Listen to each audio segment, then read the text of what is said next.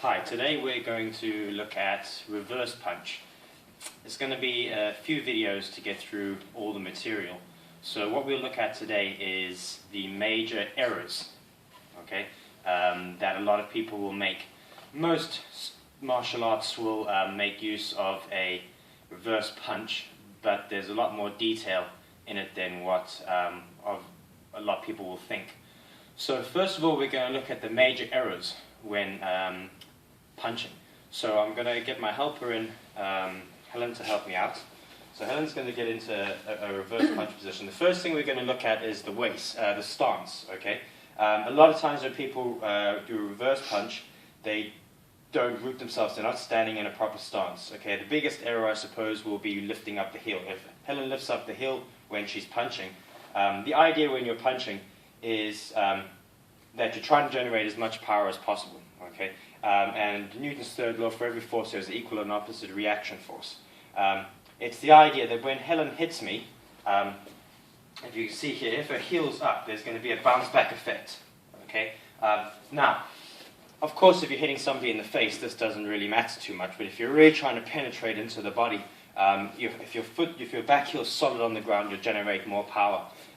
It allows for the force to bounce back through the person. So if on impact, when Helen hits here, the force will go into me and then will go back through Helen. Okay, and this, if I had a graph, the force will go up, and then instead of having a drop where there's no more power, it'll go up and it'll bounce a few times. Okay, and this will create internal damage, as opposed to throwing a tennis ball. If I have a tennis ball and I throw it, I can raise up the heel because I'm not worried about any impact. I'm letting it go. Okay. And I'm not worried about any bouncing back force. When I do the reverse punch, I want my foot firmly planted into the ground. Okay, so that's a major error. Now there's a lot more detail actually to that, but for the moment we want the foot flat on the ground. Okay, the next major error is person not using their waist. Okay, it's called the body action. Shenfa in Chinese martial arts. You must use your body, and what we call body rotation. Okay, the biggest error a lot of people will make is they square up and they punch, and the Helen's punching, there's nothing in the body. She punches, okay, she's using a little bit there, but even worse, nothing. Okay, just arm. She's just punching with the arm, okay? Just punching with the arm. You see it, and unfortunately you watch, I come from a background of praying mantis, you see people do forms, and they'll do their movements, but you watch their body, and their body's not moving at all, just their hands and their legs. No body, okay? The body here is huge amounts of power. Okay, if I'm standing here and Helen holds onto my waist, okay, if she holds on and then hold it still into position, don't let it move. Okay, hold it still. Okay, not so easy to hold it still. Okay, it's huge amounts of power. Okay, this is what fuels the power. If Helen doesn't punch with her waist, she's only punching with her arm. So she's only punching with her arm. Okay, if she moves her waist, so again she turns her waist out. Okay, she pushes her foot into the ground, and that snaps her waist in. Okay, so she punches, she snaps her waist in. That generates huge amounts of power. So if we're here, you can see that if Helen just pops her waist, okay, just using that waist power generates a lot of power. Again, this is just the basics. Okay, so things to avoid. Avoid raising up the heel. Okay, avoid not using your waist. You must use your waist. Okay, avoid overturning with your waist. Okay, people think that if they overturn, they generate more power. So if Helen punches and she's thrown herself off balance, okay, that will be just as bad as not using the waist at all. Okay, over punching. Okay, that will create a push. Okay, a pushing effect because it's gone past where it should do. It should stop. You have what we call the gua and the two gates. This gate must close. Okay, as she snaps, this gate closes, this gate opens.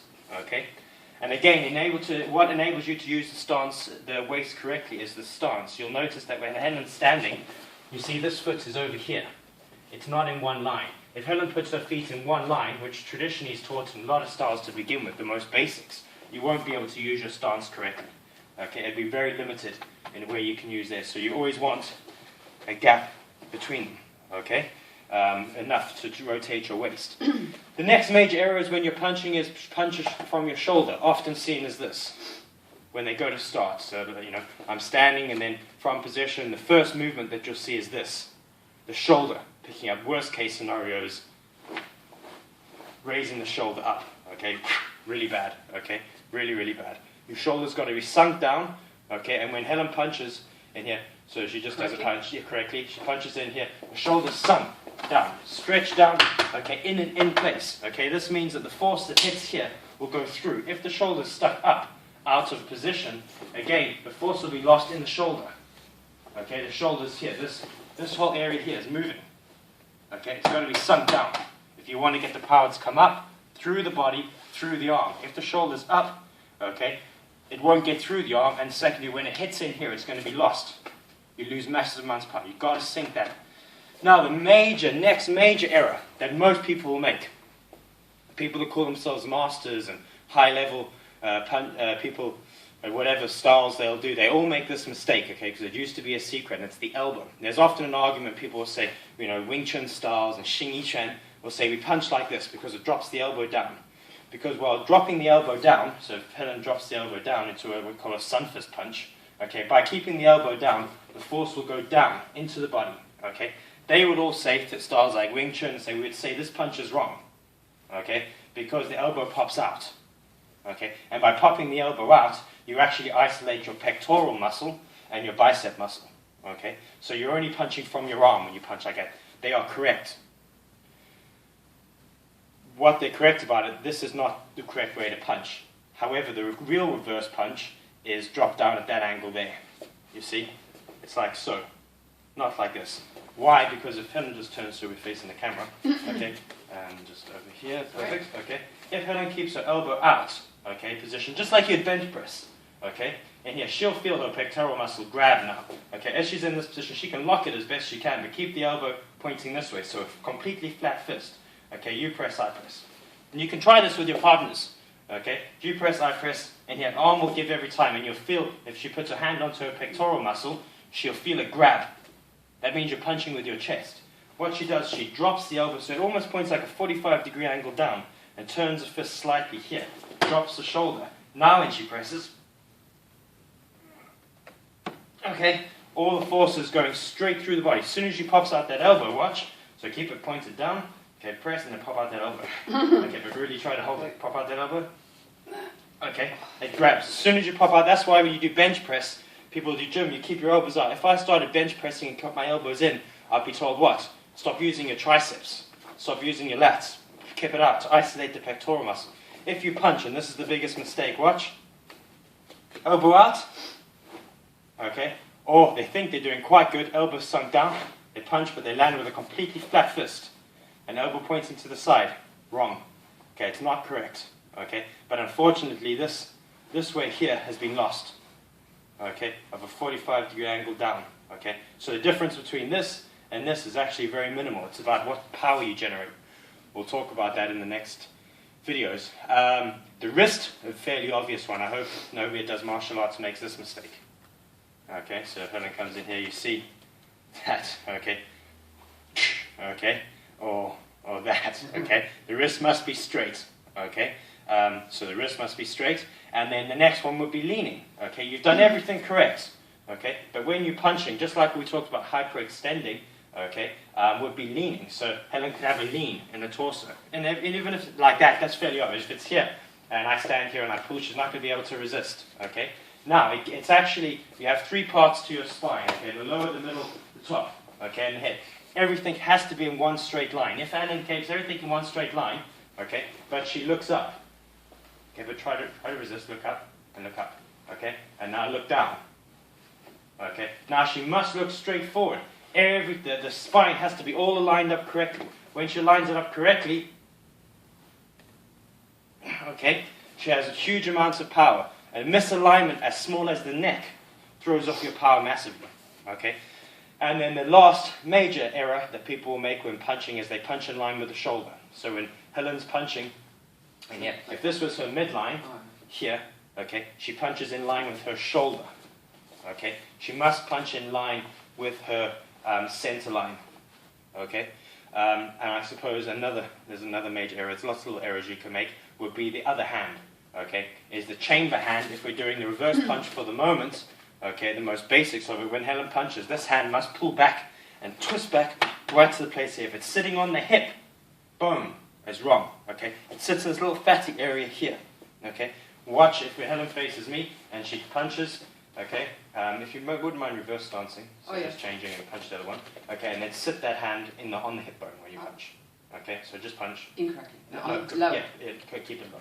So punch. Okay, she sits her hand on the hip bone. Okay, now hold it strong and then hold all your muscles and resist. Resist my force. Don't push against me. Don't push against. Just resist and hold it strong. Okay, now try resist. Okay, now put it into the right position and resist. Okay, and that's it. And now use your back. There. Now resist. Now keep it in the center line and resist. That's it. Now change it onto the bone. Okay. It's got to do with when this position sits in the right position here. It activates the correct muscles in your back. Okay. Now we'd say, well, when you fight, you wouldn't necessarily pull your hand back here. This is true. But then when you look at your guarding hand, where does your elbow go? Okay. Your elbow goes to the same point, not onto the hip bone. Okay. Into that same little fatty area that activates the correct muscles in the back, which generate the correct power. Okay. So this is the basics. This is video number 1. As you can see, there's a lot to cover, but it'll be a little bit of fun. Go home and try these. You'll see that there's a lot more to a lunge punch or a reverse punch than meets the eye. Okay, there's a lot of detail. I myself trained for many, many years, and it was only until I met my last teacher that I'm studying with, Super Philip Starr, from the Ely Trend system, that I actually learned how to do a reverse punch correctly.